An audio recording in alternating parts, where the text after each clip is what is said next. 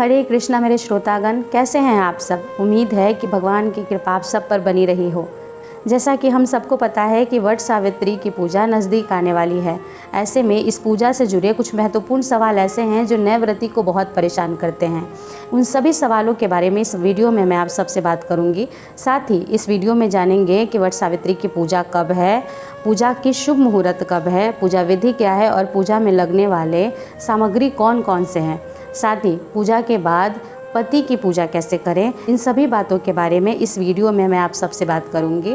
तो इसीलिए वीडियो में अंत तक ज़रूर बने रहें। सबसे पहले हम जानेंगे कि वट सावित्री का व्रत 2024 में कब है। इस साल 2024 में वट सावित्री का व्रत 6 जून दिन गुरुवार के दिन है। वट सावित्री व्रत को सावित्री अमावस्या या वट पूर्णिमा भी कहा जाता है। वट सावित्री के दिन सुहागिन अपनी पति की लंबी आयु के लिए व्रत रखती हैं। साथ ही अपने पति की कामयाबी और सुख समृद्धि के लिए कामना भी करती हैं। वट सावित्री पर वट सावित्री के वृक्ष के साथ सत्यवान और सावित्री की पूजा भी की जाती है। इस व्रत के दिन ही शनि अमावस्या भी है। इसे शनि जयंती के नाम से जाना जाता है। ऐसे वट सावित्री का महत्व और भी बढ़ जाता है। आप अगर शनिदेव की विशेष कृपा पाना चाहते हैं तो वट वृक्ष यानी बरगद के पेड़ के साथ पीपल के पेड़ की भी पूजा कर सकते हैं। इससे आपको शनि की नकारात्मक प्रभावों से मुक्ति मिलेगी। वट सावित्री पूजन का शुभ मुहूर्त क्या है। ज्येष्ठ माह की अमावस्या तिथि की शुरुआत 5 जून की शाम को 7:54 से शुरू होगी और इसका समापन 6 जून को शाम 6:07 पर होगी। इस कारण वट सावित्री 6 जून को ही मनाई जाएगी। अमृत काल का समय क्या है।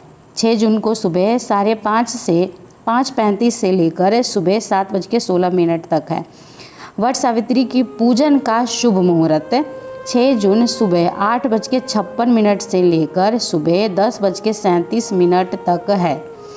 पितरों का तर्पण भी इस दिन किया जाता है, इसीलिए पितरों के तर्पण का शुभ समय दोपहर में 12:45 से लेकर दोपहर में 1:45 तक है। अब हम जानेंगे कि वट सावित्री पूजा का महत्व क्या है। वट सावित्री का व्रत विवाहित महिलाएं पति की लंबी आयु के लिए रखती हैं। पौराणिक मान्यता है कि इस व्रत को करने से पति की आयु लंबी होने के साथ रोग मुक्त जीवन के साथ सुख समृद्धि की प्राप्ति भी होती है। वट सावित्री के दिन महिलाएं सुबह जल्दी उठकर स्नान करती हैं और अखंड सौभाग्य के लिए व्रत रखकर वट वृक्ष की यानी कि बरगद की पूजा करने के साथ व्रत सावित्री की कथा भी सुनती हैं। वट सावित्री की पूजा में पूजा सामग्री क्या क्या होनी चाहिए। पूजा सामग्री जो आधारित है, जिस तरह से हम पूजा करते हैं, जो पूजा में हमारी सामग्री लगती है वो तो होगी, जैसे कि कपूर, रोली, प्रसाद, मिठाई, फल, फूल, ये सब चीज़ें तो हमें चाहिए ही। लेकिन इसके अलावा हमें भीगे हुए चने चाहिए जो हम पूजा के समय वट वृक्ष की जड़ में लगाएंगे और उस चने को लेकर ही हम कथा सुनेंगे। इसीलिए इस पूजा सामग्री के साथ भीगे हुए चने अवश्य रखें। पूजा सामग्री के साथ आपको अपने पति के लिए वस्त्र या कोई सामग्री रखनी है। आप वस्त्र ले सकती हैं, सोने चांदी के कुछ जेवर ले सकती हैं और साथ ही हाथ के झलने का पंखा भी लेना है जिस पे आपके पति का नाम लिखा हो। अपने वस्त्र या गहने जो भी लिए हैं उसके साथ आपको एक छोटा सा कुमकुम का पैकेट लेना है और हाथ में बांधने वाली रोली रखनी है, जो आप पूजा के पश्चात अपने पति के हाथों में रोली बांधेंगी और उनको कुमकुम लगाएंगी, अक्षत लगाएंगी। ये सामग्री आपको वट सावित्री के लिए रखनी है। वट सावित्री का पूजन विधि क्या है। हर क्षेत्र में पूजन विधि थोड़ा अलग अलग होता है। पूजन की जो आधारित नियम है वो तो हम करेंगे ही, साथ ही कुछ और चीज़ें इस पूजन में जुड़ेंगी। सबसे पहले इस दिन सुबह उठकर स्नान करके पीले रंग की या सुहागिन अपने रंग के हिसाब से वस्त्र धारण करेंगी। इसके बाद अपने पति का चेहरा देखें। अगर आपके पति आपसे दूर रहते हैं तो उनकी तस्वीर देख लें। फिर श्रृंगार करके पूजन सामग्री को एक थाल में रखकर पूजा की तैयारी कर लें। वट वृक्ष यानी बरगद के पेड़ के नीचे सावित्री और सत्यवान की मूर्ति को स्थापित करें। अगर न भी हो तो उनका ध्यान करते हुए आप पेड़ की जड़ में पूजन करें।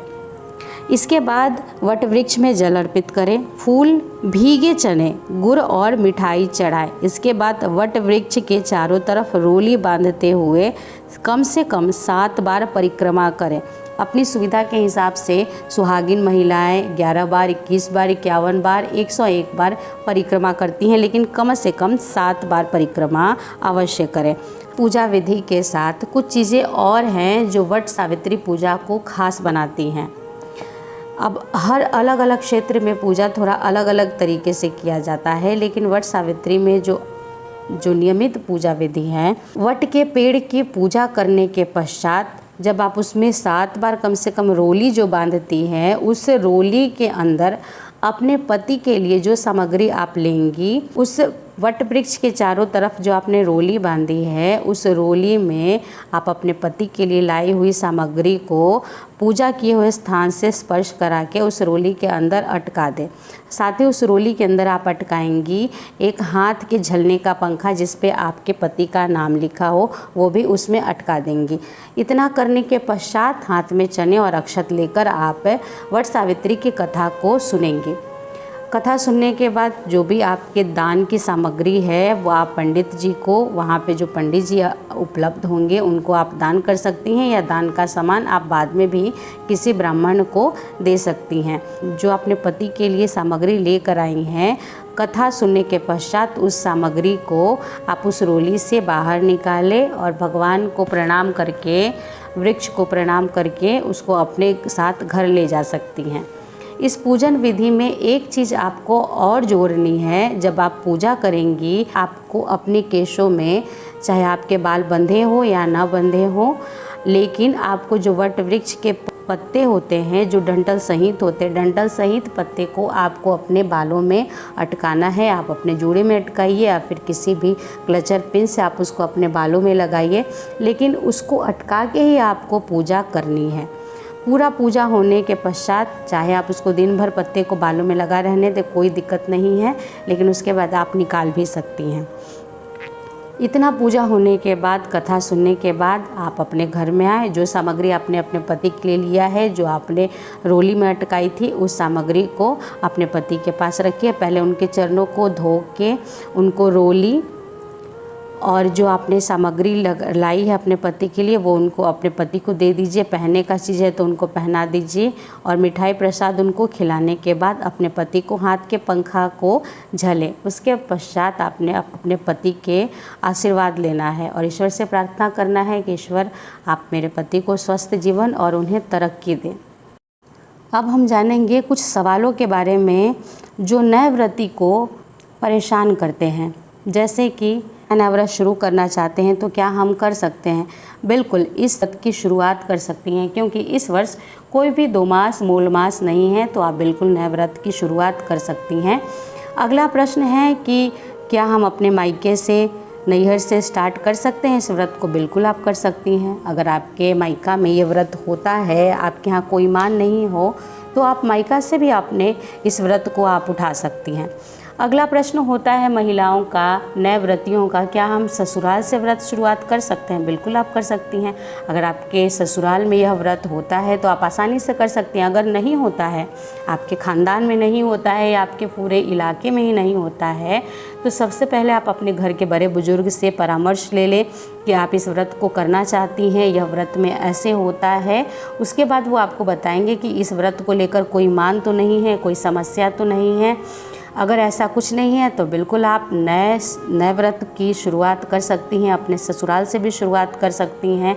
यह व्रत अपने पति के लिए है, तो आपके ससुराल पक्ष को कोई आपत्ति तो हो ही नहीं सकती है। तो आप बिल्कुल, आप अपने मायके, आप अपने ससुराल से इस व्रत की शुरुआत कर सकती हैं।